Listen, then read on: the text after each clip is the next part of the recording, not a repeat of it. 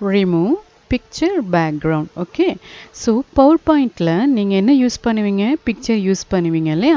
For example ஒரு bird இல்ல computer நீங்க யூஸ் பண்றீங்க. அந்த imagesக்கு background வேண்டாம்.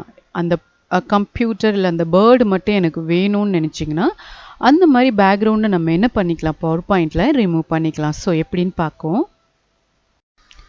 இன்சர்ட் மெனு போயிருங்க. நான் ஸ்டாக் இமேஜஸ்லேருந்து சில இமேஜ் வந்து செலக்ட் பண்ணிக்கிறேன். ஓகே, ஸோ இதில் உங்களுக்கு என்ன இமேஜ் வேணுமோ நீங்கள் என்ன பண்ணிக்கலாம்? ஜஸ்ட்டு செலக்ட் பண்ணிக்கோங்க. இப்போ நான் என்ன பண்ணுறேன்னா இந்த இமேஜை நான் செலக்ட் பண்ணிக்கிறேன். ஓகே, ஸோ இன்சர்ட் கொடுக்குறேன். டவுன்லோட் ஆகி அந்த பிக்சர் என்ன ஆகும் அப்படின்னா இந்த ஸ்க்ரீனில் உங்களுக்கு வியூ ஆகும். ஓகே வியூ ஆயிடுச்சு. ஸோ இந்த பிக்சர் நான் ஓப்பன் பண்ண உடனேயே பிக்சர் ஃபார்மட் அப்படின்ற மெனுவும் ஓப்பன் ஆயிரும். ஓகே, சம்டைம்ஸ் இந்த பிக்சர் ஃபார்மட் வந்து இல்லை அப்படின்னா அதுக்கு காரணம் இந்த பிக்சரில் கிளிக் பண்ணாமல் ஜஸ்ட்டு நீங்கள் டீசெலக்ட் பண்ணியிருப்பீங்க, வெளியில் கிளிக் பண்ணியிருப்பீங்க. ஸோ அப்போ அந்த மெனுவை உங்களால் வியூ பண்ண முடியாது. இப்போ பிக்சரை செலக்ட் பண்ணிக்கோங்க. பிக்சர் ஃபார்மட் மெனு ஓப்பன் ஆகுது இல்லைங்களா?